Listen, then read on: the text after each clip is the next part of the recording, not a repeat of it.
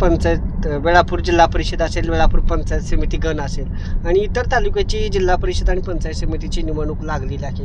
ही निवडणुकीचा आज प्रचाराचा अंतिम दिवस आहे. कसं सांगाल याबद्दल?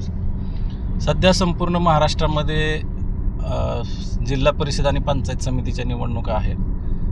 आज त्याचा प्रचाराचा अंतिम दिवस आहे आणि प्रचाराची जी रणधुमाळी असते, आरोप प्रत्यारोप होत असतात. माळशिरस तालुक्यामध्ये हाय व्होल्टेज निवडणूक आहे. प्रचंड मोठ्या प्रमाणामध्ये दोन्ही पार्ट्याकडून तयारी केली जाते, निवडणूक लढवली जाते आहे, आरोप केले जात आहेत, प्रत्यारोप केले जात आहेत आणि एकंदरीत ही निवडणूक आता अंतिम टप्प्यामध्ये आलेली आहे. आज संध्याकाळी याचा प्रचार संपतोय आणि शनिवारी अर्थात 7 फेब्रुवारी रोजी आपण सर्वजण या निवडणुकीला सामोरे जातोय. मला निश्चित खात्री आहे की या निवडणुकीमध्ये माळशिरस तालुक्यामध्ये भारतीय जनता पार्टी आणि त्यांचे जे मित्रपक्ष आहेत त्या सर्वांचं सरकार या ठिकाणी बनेल. अर्थात माळशिरसची पंचायत समिती सभापती हा भारतीय जनता पार्टीचा बनेल. तसेच सोलापूर जिल्हा परिषदेचे अध्यक्षसुद्धा भारतीय जनता पार्टीचे बनतील. आतापर्यंत तुम्ही ज्या वेळेस निवडणुका लढवल्या, ज्या वेळेस आपण अचूक अंदाज सांगितलेत ते आतापर्यंत बरोबर ठरलेत. आताचा अंदाज, राजकीय अंदाज समीकरणं कशी असतील तुमची? आताचा राजकीय अंदाज आहे की माळशिरस तालुक्याचे जे सभापती आहेत, उपसभापती आहेत ते निश्चित भारतीय जनता पार्टीचे बनणार आहेत. त्याचं कारण आहे की भारतीय जनता पार्टीचे नेते तथा या तालुक्याचे माजी आमदार रामभाऊ सातपुते साहेबांनी या तालुक्यामध्ये मोठ्या प्रमाणामध्ये जनहिताची कामं केलेली आहेत, लोकहिताची कामं केलेली आहेत. त्याच्यामध्ये रस्ते असतील, पाण्याचे प्रश्न असतील, गटारीचे प्रश्न असतील, विजेचे प्रश्न असतील, शेतकऱ्यांचे प्रश्न असतील, हे सोडवण्यासाठी त्यांनी मोठ्या प्रमाणामध्ये काम केलं आहे. दुसरीकडं त्यांनी लोकांच्या भावनांशी हात घातलेला आहे. आरोग्य सेवेचं मोठ्या प्रमाणामध्ये या ठिकाणी काम केलेलं आहे. पाठीमागं दुष्काळ पडला होता त्यावेळेस त्यांनी दुष्काळ निधी इथल्या शेतकऱ्यांना मिळवून दिलेला आहे. अलीकडच्या काळामध्ये या ठिकाणी अतिवृष्टी झाली तर अतिवृष्टीमध्ये सुद्धा आपला माळशिरस तालुका त्यांनी घातला. मुख्यमंत्री साहेबांना इथून फोन केला आणि माझा जो माळशिरस विधानसभा मतदार क्षेत्र आहे तिथं मोठ्या प्रमाणामध्ये पाऊस झालेला आहे अशी विनंती मुख्यमंत्री साहेबांना केली आणि मुख्यमंत्री साहेबांनी तात्काळ माळशिरस तालुका अतिवृष्टीमध्ये घालण्याच्या सूचना प्रशासनाला दिल्या आणि त्याचाही इथं मोठ्या प्रमाणामध्ये शेतकऱ्यांना फायदा मिळालेला आहे, लोकांना, जनतेला फायदा मिळालेला आहे. त्या माध्यमातून इथं भारतीय जनता पार्टीचं काम आहे. दुसरीकडं महाराष्ट्रामध्ये कोणत्याही तालुक्यामध्ये जेवढे प्रवेश नाहीत तेवढ्या मोठ्या प्रमाणामध्ये प्रवेश भारतीय जनता पार्टीमध्ये माळशिरस तालुक्यामध्ये झालेले आहेत, होत आहेत. रोज अनेक शेकडो कार्यकर्ते, पदाधिकारी, मोठमोठे नेते, पुढारी भारतीय जनता पार्टीमध्ये प्रवेश करत आहेत आणि त्यामुळं या तालुक्यामध्ये सध्या भारतीय जनता पार्टीचं पारडं जड दिसत आहे. आता सोलापूर जिल्ह्याचे पालकमंत्री असतील आणि माजी आमदार सातपुते असतील, यांच्यावरती विद्यमान आमदाराकडून खालच्या पातळीवरती टीका केली जाते. या टीकेला आपण कसं बघता? खरं तर मला हे समजत नाही की विद्यमान आमदार जे आहेत उत्तमराव जानकर साहेब यांना काय झालेलं आहे हे कळत नाही. ते सतत टीका करत आहेत. टीका करण्याची पद्धत असते, टीका करत असतात, टीका करायची असते विरोधकांवरती, परंतु सोलीन काढीन, चमडं काढीन, कंबार्ट मोडीन अशा पद्धतीचे जे त्यांचे शब्द आहेत. मला वाटतं काल का आज मी एक यूट्यूबवरती बाईट बघितली, ती मंत्री महोदयांना, जिल्ह्याच्या आमच्या पालकमंत्र्यांना, आमच्या नेत्यांना ते एकदम खालच्या लेवलचे शब्द भाषा वापरत आहेत. त्यांना मी, उत्तमराव जानकरांना मी आवाहन करीन, खालचे शब्द आम्हालाही वापरता येतात. तुम्ही आमदार आहात, तुम्ही संविधानिक पदावरती आहात, तुम्ही शब्द जपून वापरावेत, अन्यथा आम्ही सुद्धा त्यात जसे तसे उत्तर देऊ. आतापर्यंत ज्या विद्यमान आमदार उत्तमराव जानकरांनी संघर्ष उभा केला, घराणेशाहीला विरोध केला, तेच आमदार कुठेतरी घराणेशाही लादतायत का? याकडे आपण कसं बघतो? हे खरं आहे की उत्तमराव जानकरांचे आम्ही सुद्धा एकेकाळचे कार्यकर्ते होतो. त्यांनी जो संघर्ष केला, लढा उभा केला, लोक जोडली, त्याचं मुख्य कारण हे होतं की ते सतत सांगायचे की आपल्याला घराणेशाही संपवायचे.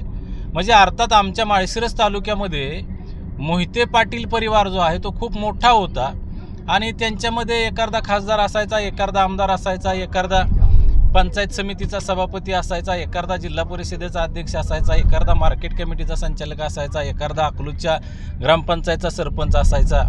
म्हणजे केंद्रस्तरावरपासून ग्रामपंचायतपर्यंत सगळीकडे त्यांच्या मोहिते पाटील कुटुंबातली लोक असायची. आणि मग उत्तमराव जानकर या तालुक्यातल्या भोळ्या बाबड्या आमच्यासारख्या जनतेला सतत आव्हान करायचे, बघा घराणेशाही किती लादलेली आहे, आणि मग त्याच्यामुळं लोक त्यांना जोडली जायची.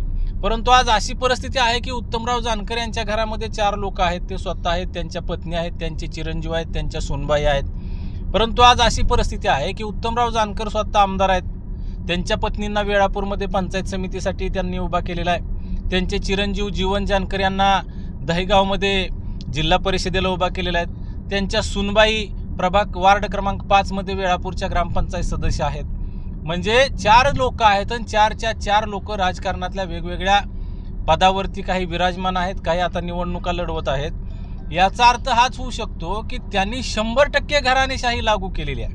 म्हणजे माळशिरस तालुक्यामधल्या या जी होतकरू लोक होती, जी राजकारणामध्ये पुढे येण्याचा प्रयत्न करत होती, त्या लोकांना त्यांनी स्वप्न दाखवलं की आपण घराणेशाही संपवू आणि तुम्हाला न्याय देऊ, तुम्हाला राजकारणामध्ये आणू, तुम्हाला वेगवेगळ्या पदावरती संधी देऊ.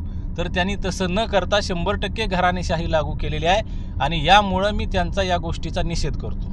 आता वेळापूर ग्रामपंचायत गेली 20 वर्ष विद्यमान आमदारांकडे आहे. गेल्या 20 वर्षामध्ये गावचा विकास जो उंचीवर व्हायला पाहिजे होता, आज गेली 13 महिने झाले ते आमदार आहेत, त्या पद्धतीचा विकास या गावामध्ये किंवा तालुक्यामध्ये होताना दिसतोय का? खरं तर तुम्ही सांगत आहात ते बरोबर आहे की गेले 20 वर्ष झालं ग्रामपंचायत त्यांच्याकडेच आहे. ते मधल्या काळामध्ये पंचायत समितीमध्ये निवडून गेले, पंचायत समितीचे उपसभापती झाले, ते 2007 ते 12 या गावचे सरपंच होत्या. त्यांच्या पत्नी विमलताई जानकर 2017 ते 22 या गावच्या सरपंच होत्या. आत्ता उत्तमराव जानकर गेले 13 महिने झालं या मतदारसंघाचे आमदार आहेत. परंतु ज्या गावचा आमदार आहे तेच गाव विकासापासून वंचित आहे. ज्या गावामध्ये त्यांनी 5 वर्ष सरपंचकी केली ते गाव विकासापासून वंचित आहे. ज्या गावामध्ये त्यांच्या पत्नीनं अर्थात विमलताई जानकर यांनी 5 वर्ष सरपंचपद भूषवलं ते गाव विकासापासून वंचित आहे. सरपंच असताना तुम्ही विकास करू शकला नाही, उपसभापती असताना तुम्ही विकास करू शकला नाही, आमदार आहे तरी तुम्ही 13 महिने झाले विकास करू शकला नाही, आणि आत्ता पंचायत समितीमध्ये जाऊन तुम्ही काय विकास करणार आहे? हे जे जनतेची, इथल्या मतदाराची ते फसवणूक करत आहेत, हे जनतेने आणि मतदारांनी ओळखलं पाहिजे की यांच्याकडे तर सगळीच पद आहेत. आता सुद्धा ग्रामपंचायतमध्ये सगळं कंट्रोल त्यांच्याकडे आहे, पण गावामध्ये पाण्याचा प्रश्न गंभीर आहे, गावामध्ये गटाराचा प्रश्न गंभीर आहे, गावामध्ये विजेचा प्रश्न गंभीर आहे, गावातल्या प्राथमिक शाळा मोडखळीला आलेल्या आहेत, गावातल्या अंगणवाड्यांना सोय नाही, उघड्यावरती पत्र्याच्या शेडमध्ये झाडाखाली अंगणवाड्या भरतायत, गावातल्या प्राथमिक आरोग्य केंद्राची दुरावस्था आहे, गावातल्या रस्त्यांची दुरावस्था आहे. मग याच्यामुळं असं वाटतंय की ते सगळीकडे आहेत, त्यांनी सगळी पदं भोगलेली आहेत, परंतु त्यांच्याकडून जे गावाला अपेक्षित होतं तो विकास झालेला नाही. त्यामुळं गाव म्हणत आहे असं की आता आम्हाला संधी मिळालेली आहे आणि या निवडणुकीमध्ये ते त्यांच्या गटाचा, उत्तमराव जानकर यांच्या सर्वच उमेदवारांचा या तालुक्याने मोठ्या प्रमाणामध्ये ते पराभव करणार आहे. आताच आपण सांगितलं की पाण्याचा प्रश्न गेली 20 वर्षापासून त्यांच्याकडे ग्रामपंचायत, आजही वेळापुरातील ग्रामस्थांना पिण्याचे पाणी व्यवस्थित मिळत नाही, आरोग्याचा प्रश्न आहे, शिक्षणाचा प्रश्न आहे. याकडे गांभीर्याने का बघितले जाते? आजही त्याच प्रश्नावरती निवडणूक लढली जाते.